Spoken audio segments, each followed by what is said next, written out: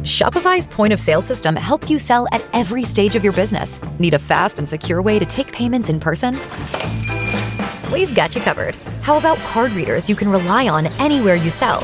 Thanks. Have a good one. Yep, that too. Want one place to manage all your online and in-person sales? That's kind of our thing. Wherever you sell, businesses that grow with Shopify. Sign up for your $1 a month trial at shopify.com/listen. Shopify.com/listen. Hi, I'm Mr. Ballin, the host of Mr. Ballin's Medical Mysteries. And each week on my podcast, you can expect to hear stories about bizarre illnesses no one can explain, miraculous recoveries that shouldn't have happened, and cases so baffling they stumped even the best doctors. Listen to Mr. Ballin's Medical Mysteries on the Wondery app or wherever you get your podcasts. The Amazing Kate Casey. Welcome back for another episode of Reality Life with Kate Casey. Today marks a pivotal moment in one of the most closely watched celebrity criminal cases in recent history. The federal sex trafficking trial of music mogul Sean Diddy Combs has officially begun in Manhattan. And if you've been following this case along with me, from the explosive federal raids on his homes to the high-stakes arrest and ongoing legal battles, you know that this moment has been building for months. Today's episode dives into the dramatic opening of the trial, the charges that could change the course of his legacy, the emotional weight behind the witness testimonies, and what's at stake not just for him, but for the culture and the industry at large. Allegations against Sean Combs span over 2 decades, with over 120 accusers, both male and female, filing numerous lawsuits. In March of 2024, federal raids on his properties in Los Angeles, New York, and Miami uncovered narcotics and over 1,000 bottles of lubricant. On September 16, 2024, he was arrested and indicted on charges of racketeering, sex trafficking by force, and transportation for purposes of prostitution. On May 5, 2025, the trial began with jury selection in Manhattan Federal Court, and today, May 12th, opening statements and witness testimony commenced, with key testimony expected this week from former girlfriend and singer Cassandra Cassie Ventura. The trial is high stakes due to a couple of factors. The severity of the charges. He faces serious federal charges including sex trafficking, racketeering, and transporting individuals for prostitution, and these carry lengthy prison sentences if convicted. The high-profile witnesses. Key witness, Cassie Ventura, his former partner, is expected to provide powerful testimony about alleged abuse, potentially influencing public opinion in the jury. The potential for broader fallout. The case is drawing comparisons to major abuse scandals involving other powerful figures. And if more individuals are implicated or more victims come forward, it could widen the legal and reputational damage. The cultural and industry impact. Sean Combs has been a major figure in music, fashion, and business for decades. A conviction would significantly tarnish his legacy and could reshape how the entertainment industry handles allegations of abuse.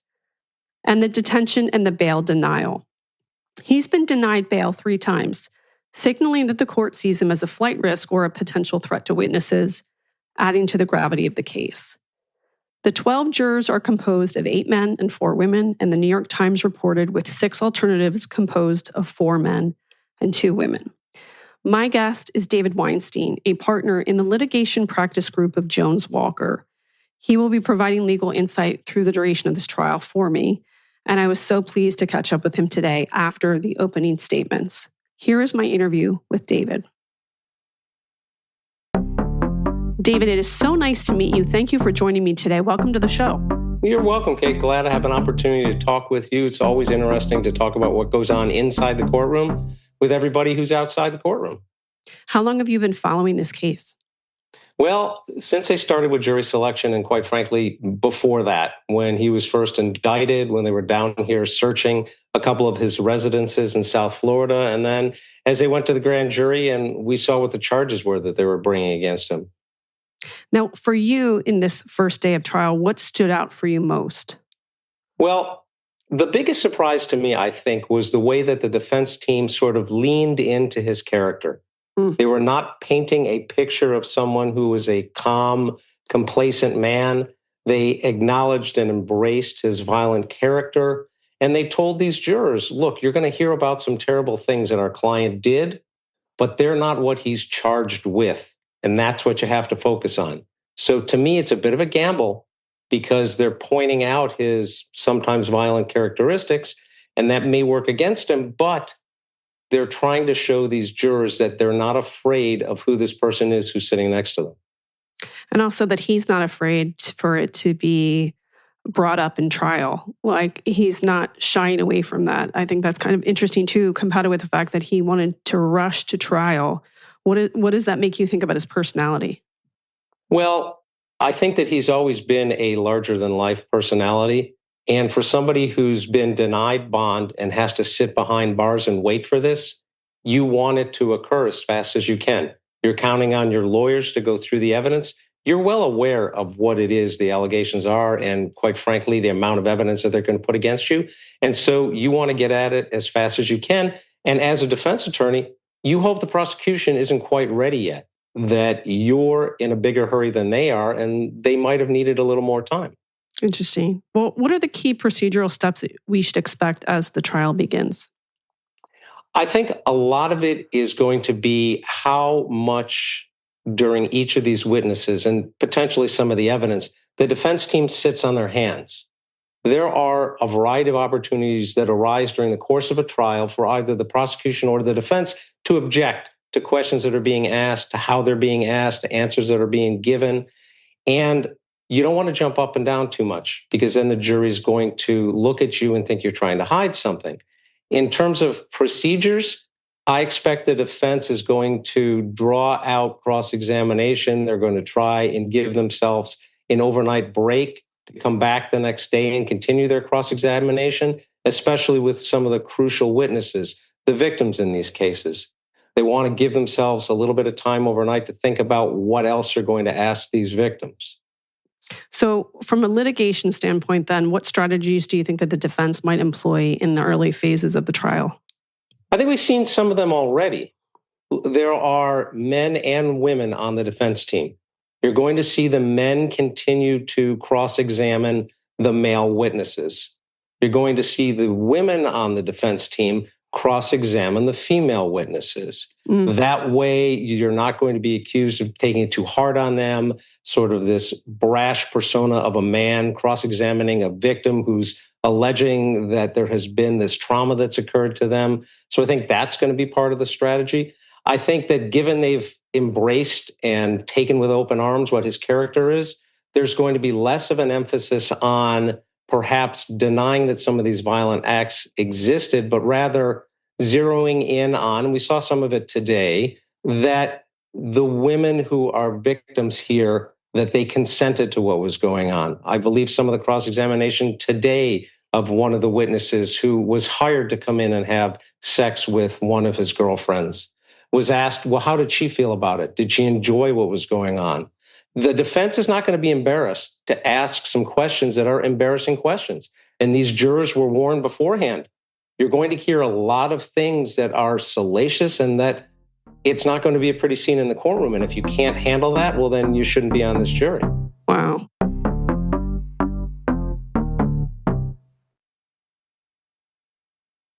When I put together my bag each day, I need the essentials, my wallet, my keys, and I also need my liquid IV, which is helping me stay hydrated throughout the whole day. You can break the mold and own your own ritual with just 1 stick and 16 ounces of water, which hydrates better than water alone.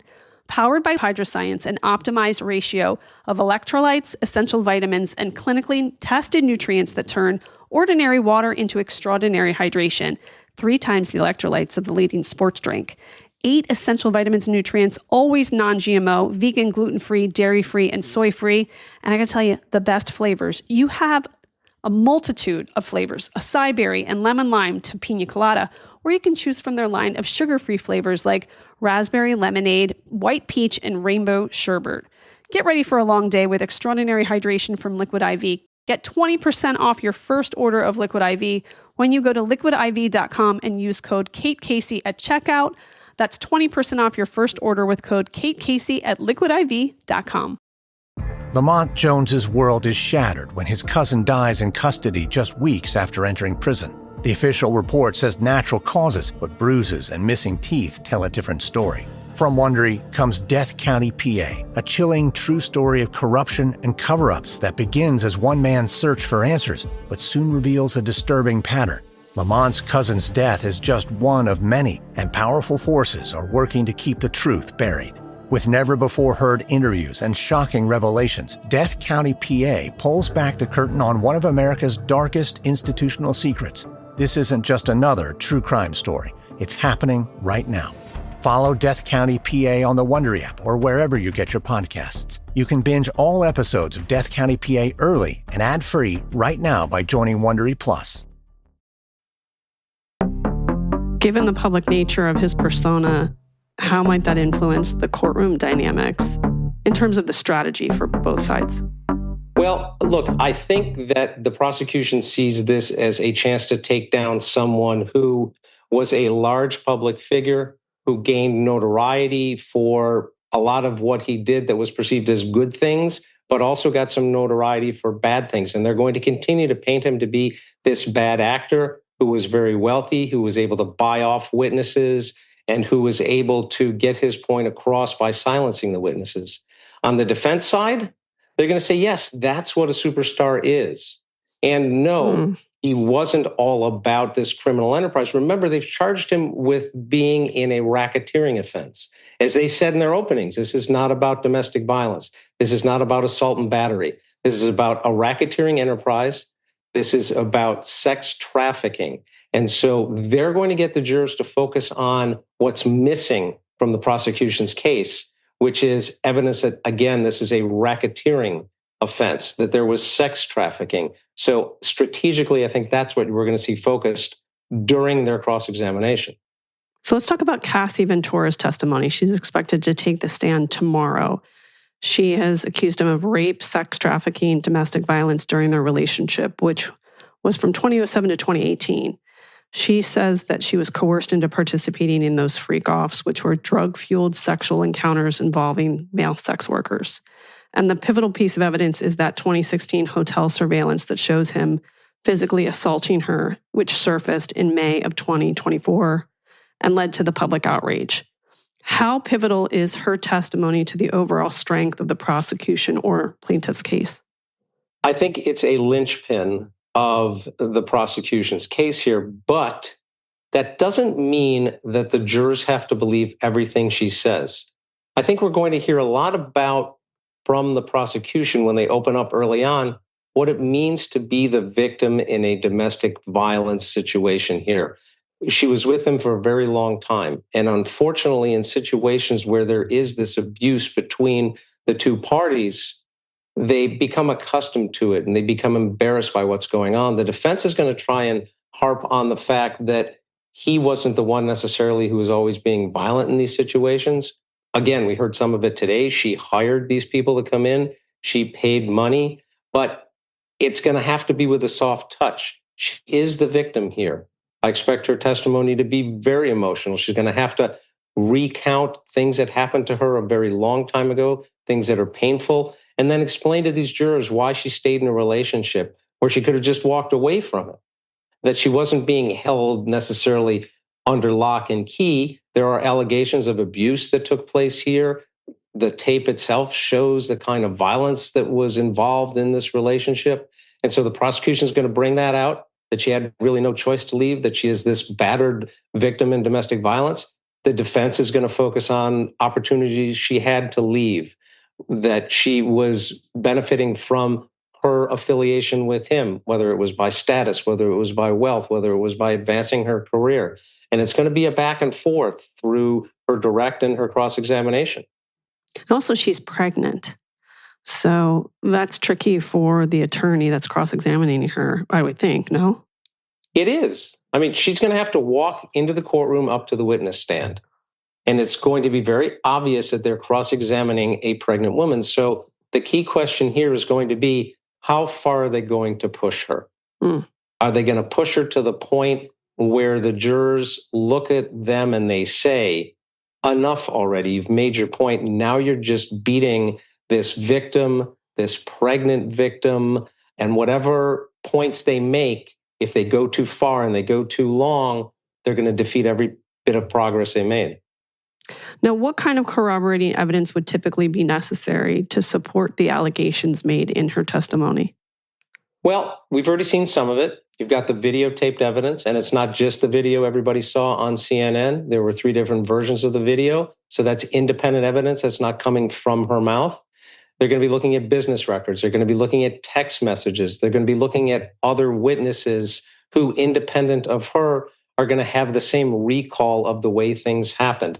Not necessarily people who were with her actively involved in some of these freak-offs, but people she spoke to afterwards. They'll have to be careful that it's not going to draw a hearsay objection. And so I think what we'll see a lot of is that they're not going for what's called the truth of the matter, but rather for the effect it had on her mind, how she was relaying it to them, the fact that she told all these people when it was happening, what was happening. That's a type of corroboration you're going to see, because the defense is going to say, you're in it for the money.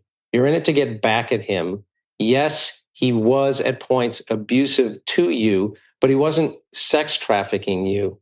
He wasn't making you part of this racketeering enterprise.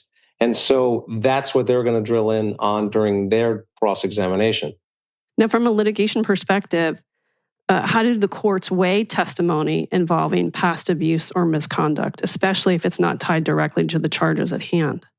They had to take care of that ahead of time. They're going to have to show that it was a prior bad act that showed his propensity to do this to her. It's not coming in simply as just piling on. It has to be connected. We've seen this in several trials.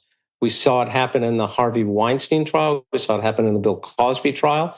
And then we saw reversals because the courts let it go too far.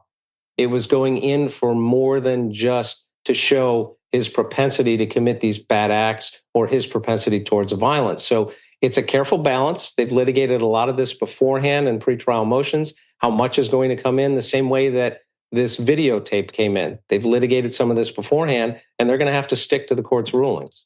So then how can the plaintiff's legal team effectively reinforce the credibility of her account under potentially aggressive cross-examination? They're going to have to show that what she is saying is not something that she's made up after the fact to get back at him.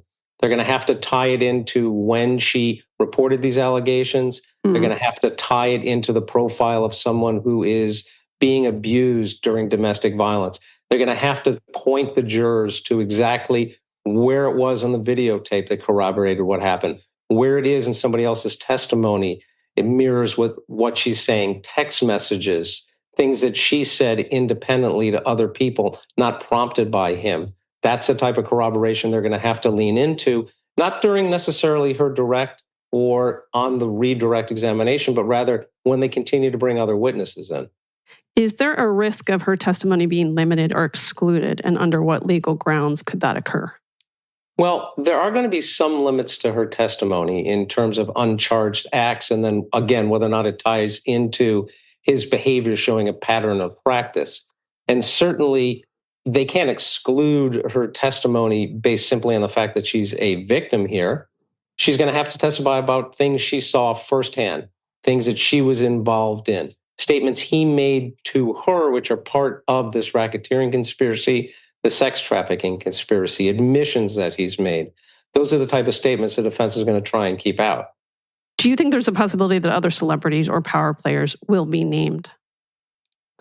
I think that in this type of a trial, we are going to hear names of other people who were at these parties. Now, there may be limits. There may be reasons why the judge is going to say, I've already ruled that since you're not going to include any testimony from that person or about that person, there's no need for you to bring their name out. But if a witness is asked who else was there, who else witnessed it, if I'm the defense and there was this other high-profile celebrity there, I want the jury to hear that because I may call that witness later on.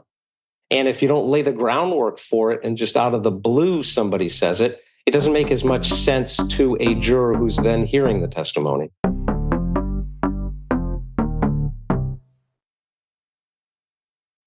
The world can seem pretty chaotic sometimes. And if you're a parent, that's the last thing you need, which is why I think you'll appreciate a podcast that offers clarity, perspective, and hopefully a little serenity to your world. Each week on Janet Lansbury Unruffled, I strive to help with your most confounding issues and offer practical, holistic advice so you can be the parent you want to be, calm, connected, confident, even in the most challenging moments. My goal is to help take the chaos out of parenting to shed light on the root causes of our kids' behaviors so we can respond effectively without anger, threats, or even bribes. By embracing our role as respectful leaders, establishing both trust and boundaries, we can enjoy a loving relationship with our kids that encourages mutual cooperation and respect. So check out Janet Lansbury Unruffled on Wondery or wherever you listen to podcasts. We can do this. You know those creepy stories that give you goosebumps? The ones that make you really question what's real? Well, what if I told you that some of the strangest, darkest, and most mysterious stories are not found in haunted houses or abandoned forests, but instead in hospital rooms and doctors' offices? Hi, I'm Mr. Ballin, the host of Mr. Ballin's Medical Mysteries, and each week on my podcast, you can expect to hear stories about bizarre illnesses no one can explain, miraculous recoveries that shouldn't have happened, and cases so baffling they stumped even the best doctors. So if you crave totally true and thoroughly twisted horror stories and mysteries, Mr. Ballin's Medical Mysteries should be your new go-to weekly show. Listen to Mr. Ballin's Medical Mysteries on the Wondery app or wherever you get your podcasts. You can listen early and ad-free right now by joining Wondery Plus in the Wondery app or on Spotify or Apple Podcasts.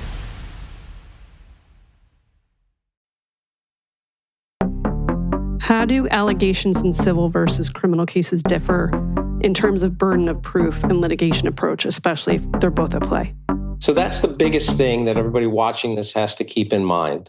In a criminal case, it's the highest burden of proof we have in any case that is going to court in this country, beyond a reasonable doubt. Not 100%, but pretty darn close to 98%. There'll be a jury instruction at the end of the case that it's the type of a doubt that you just can't shake. That if it's beyond a reasonable doubt, that you'd rely on what you heard, that you have no question in your mind that what you heard has met this burden of proof. And it's very high. In a civil case, you just have to tip the scales a little bit in your favor. If you think of Lady Liberty holding those scales, if you're the plaintiff and you tip it down on your side, well, then you're going to win. It's not this high burden. And so that's why many times, and the most perhaps famous of all is the O.J. Simpson trial, there's no guilty verdict in a criminal case. The jurors didn't feel that they met beyond a reasonable doubt, or in any other case. But in a civil case, we just have to tip the scales. More likely than not, there's a verdict. And so that's what you have to keep in mind here. This is not a civil case. This is not just that the plaintiff get a little bit more evidence in. This is a prosecution. You're going to be depriving him of his life and his liberty. And so you have to prove to the highest standard beyond a reasonable doubt. What legal precedents or potential legal precedents or industry-wide effects could emerge from this case?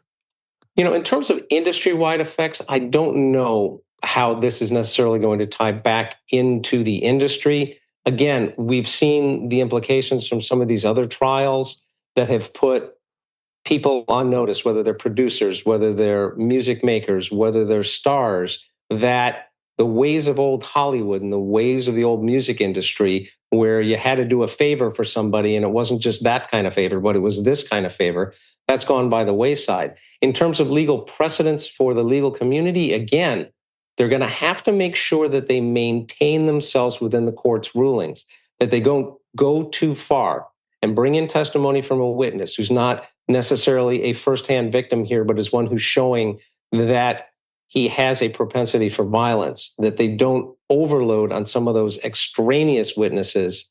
And so that when it goes, if there's a conviction, goes to the Court of Appeals, they say, well, you focus too much on this other stuff. You didn't focus on the real proof you needed. So I know this is a hard question to answer, but do you think it could become a landmark trial in the intersection of fame, power, and accountability? I think it will have the potential to become yet another one of these landmark trials, because you hear stories about what takes place in a different type of music industry, not necessarily the traditional rock and roll or rhythm and blues. He had a different type of music industry that he was involved in. And for that, I think people think differently. There are different attitudes toward it. And if there is a conviction here, I think it's going to stand out as yet another person who went down the wrong path. We've already seen other convictions of similar stars in the same part of the industry, and this could be yet another one. So you're going to stay with me throughout this trial and continue to give us updates. What is the next thing that you're anticipating or looking out for in the days to come? I think tomorrow's testimony is going to be really big. We need to see how the first victim holds up on the stand. Is she going to break into tears when they ask her the first question? And then the jurors are going to think, oh, she's just been waiting for her moment. This is all about drama. Or is she going to sit there and answer the questions and keep her composure? And then on cross-examination, how is she going to react to these people that are accusing her of being part and parcel to what was taking place? That she was the one paying the money, that she enjoyed what was going on. Is she going to become combative with them? Is she going to reach out at them? Is she going to become a belligerent witness? It'll be interesting to see the back and forth and just how far the defense is going to push the envelope. And then moving on down the road, how much testimony is the prosecution going to put on in the coming days until they get to a point where they say, you know what, we've tied it all up here. We've put enough of our victims on because they're charged individually as victims, so they have to be put on. And we've painted a story in a pattern where the jury understands what's going on, and we've corroborated. And then when we see they're losing the attention of the jury, that's enough. We're resting, we're done. And then what's the defense going to do? The big question that'll loom at that time is, will he take the stand? Is he going to get up there? Is he going to tell his lawyers, I have to get up there, they have to hear my side of the story? Or, as is usually the case in many of these trials, there's no burden on the defense. And if they've done a good enough job cutting back at some of the testimony of the witnesses and the corroboration, they take a position, there's no need for us to put our client in there. They didn't meet their burden. Fascinating. And I'm so grateful for your time and your insight. And again, you're going to join me for the rest of the trial. So tell everybody where they can find you. Well, if you're looking to find me here in South Florida, you can find me at joneswalker.com. If you'd like to hear what I have to say on social media, you can find me on X at David S. Weinstein. Thank you so much. You're welcome, Kate. The amazing Kate Casey.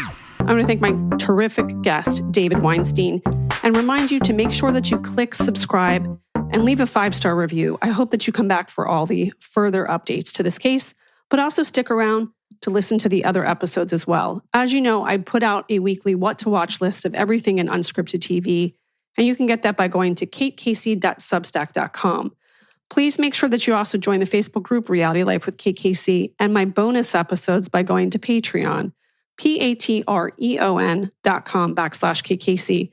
And make sure you follow me on social media. I'm on Instagram at KatecaseyCA, TikTok, it's Kate Casey, and Twitter Threads and Blue Sky at Kate Casey. Make sure that you check back tomorrow for an all-new episode. I interviewed the director of the new docuseries about the Judd family.